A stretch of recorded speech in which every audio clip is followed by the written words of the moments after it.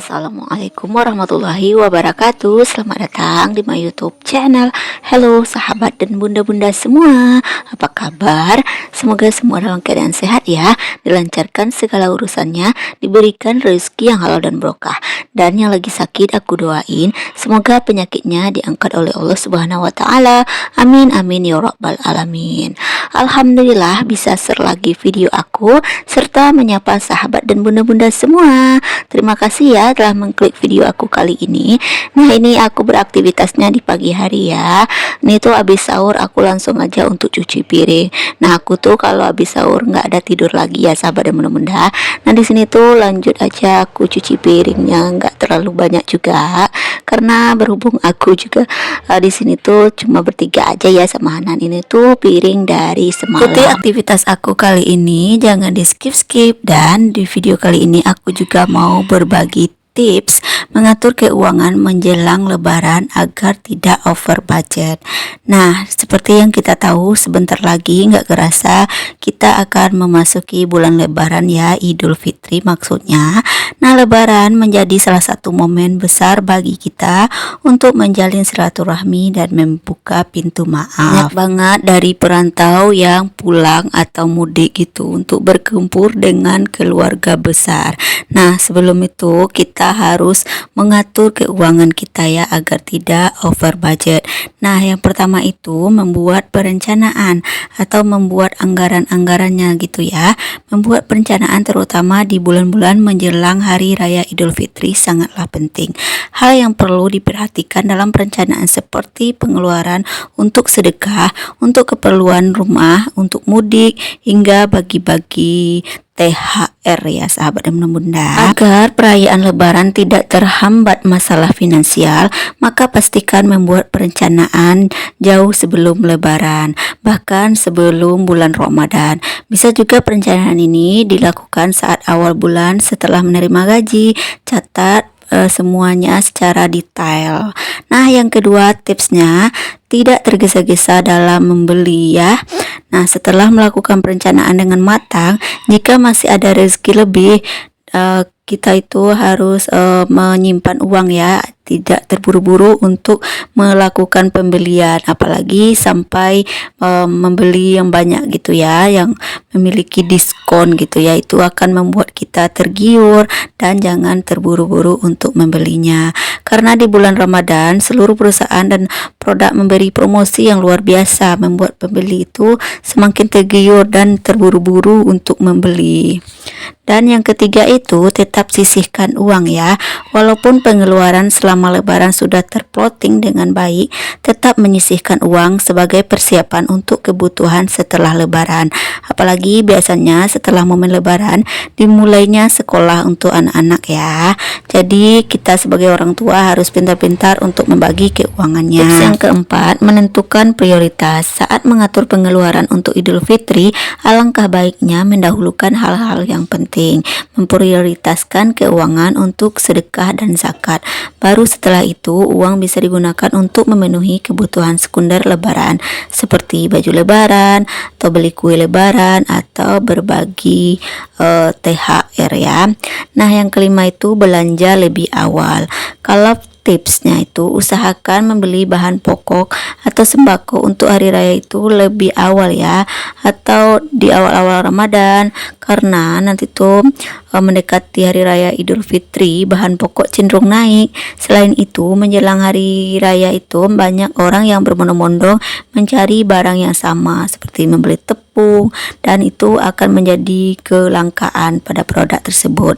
Jadi kita harus pintar-pintar memilih produk untuk menekan biaya pengeluaran, tapi perlu juga meneliti dan mempertimbangkan harga dan kualitas produk yang dibeli agar pemakaiannya tahan lama. Selanjutnya yang keenam, sedekah. Tetap prioritaskan sedekah terlebih dahulu sebelum menggunakan uang untuk keperluan lainnya, karena esensi bulan Ramadan yang utama adalah ajang untuk berlomba-lomba dalam kebaikan, karena kebaikan kita akan dilipat-lipat gandakan. Nah, menyisihkan uang di awal untuk membayar zakat fitrah. Selain itu, jika memang masih ada uang sisa, lebih baik digunakan untuk membantu orang-orang sekitar yang kurang mampu. Jangan sampai nanti kalau sudah asik belanja baju lebaran malah lupa kalau belum menyisihkan harta untuk berzakat. Dan tips yang ketujuh itu tidak mudah tergoda promo. Nah, Hari Raya Idul Fitri menjadi momen untuk berburu barang dengan harga miring, apalagi online shop ya yang gencar memberikan tawaran promo menarik. Tak hanya menahan diri dari godaan lapar dan haus saja di bulan Ramadan ini, tapi juga menahan diri agar tidak mudah menimbulkan diskon, apalagi barang tersebut bukan kebutuhan utama. Berbelanja saat melihat diskon tidak membuat hemat begitu saja. Alih-alih mendapat harga miring, berbelanja ketika ada penawaran malah akan menghabiskan uang. Apalagi jika seseorang mendapatkan THR, semakin banyak pendapatan, maka semakin banyak pula komitmen untuk berbelanja. Hal itu harus bisa diatur dengan pintar-pintar ya sahabat dan bunda-bunda. Nah, tips selanjutnya itu anggaran untuk mudik. Bagi orang yang sedang berada di perantauan atau jauh dari keluarga, momen Raya Idul Fitri digunakan sebagai ajang pelepas rindu dan berkumpul dengan keluarga besar.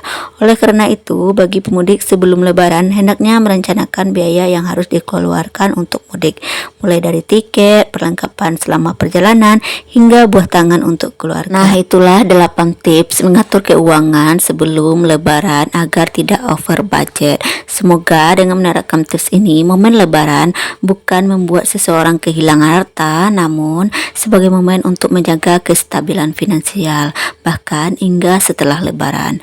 Walaupun banyak pengeluaran, hal itu juga bisa dijadikan penyemangat seseorang agar lebih giat bekerja untuk mempersiapkan Lebaran. Siapapun kita yang saat Lebaran ini yang punya rezeki tambahan, gunakanlah untuk berbagi, jangan dihabis-habiskan. Baiklah, kembali ke video aku. Nah, tadi setelah cuci piring dan aku susun ke rak piring aku yang mini ini, dan lanjut aku membersihkan rak bumbu estetik aku ya yang di atas rak piring mini aku ini. Nah, itu harus sering-sering juga dibersihkan karena kontrakan aku ini tuh di tepi jalan ya, jadi debu tuh mudah masuk. Dan selanjutnya aku juga mau bersihkan tudung saji, tempat penyimpanan sambal ini ya. Nah, di sini tuh aku lap-lap aja. Biasanya itu aku cuci ya sahabat dan bunda-bunda. Nah, di sini aku lapnya pakai kain lap aja karena memang aku tuh telah menerapkan hidup minimalis ya, jarang banget aku menggunakan tisu. Nah, tisu itu kalau sahabat dan bunda-bunda telah mengikuti aku lama gitu ya, di video belanja bulanan aku tuh jarang banget aku beli tisu ya. Kadang tisu tuh aku beli satu tahannya 3-4 bulanan gitu ya, karena memang untuk yang ngelap mulut aja gitu ya sahabat dan bunda. Tapi kalau untuk lap-lap yang lain, kalau untuk lap kompor gas atau yang gigi seperti ini, aku pakai kain dari kain gitu ya, kain batik gitu ya, yang udah bekas gitu. Nah, di sini aku udah siap juga untuk mencuci gelas kaca aku nih ya, dan udah aku keringkan juga, jadi aku kembalikan ke tempatnya. Nah, lanjut ke aktivitas aku berikutnya. Ini tuh aku gulai ayam ya. Nah, ini tuh gulai ayamnya pakai kentang ya sahabat bunda, karena aku tuh seringnya kayak gitu ya, nggak bikin gulai itu pasti ada temannya gitu biar dia nggak kesepian. Nah, di sini tuh bumbunya kita masak dulu bersama ayamnya ya, dan barulah kita masukkan untuk santannya. Nah, semoga video aku ini bermanfaat dan bisa menginspirasi sahabat dan bunda di luar sana. Terima kasih untuk semuanya yang meluangkan waktunya, kuotanya untuk nontonin video aku. Dan aku juga mau mohon maaf jika selama di video maupun dubbing ada perkataan atau perilaku aku yang kurang berkenan. Ambil baik dan buang buruknya. Sampai jumpa di video selanjutnya ya. Wassalamualaikum warahmatullahi wabarakatuh. Bye bye.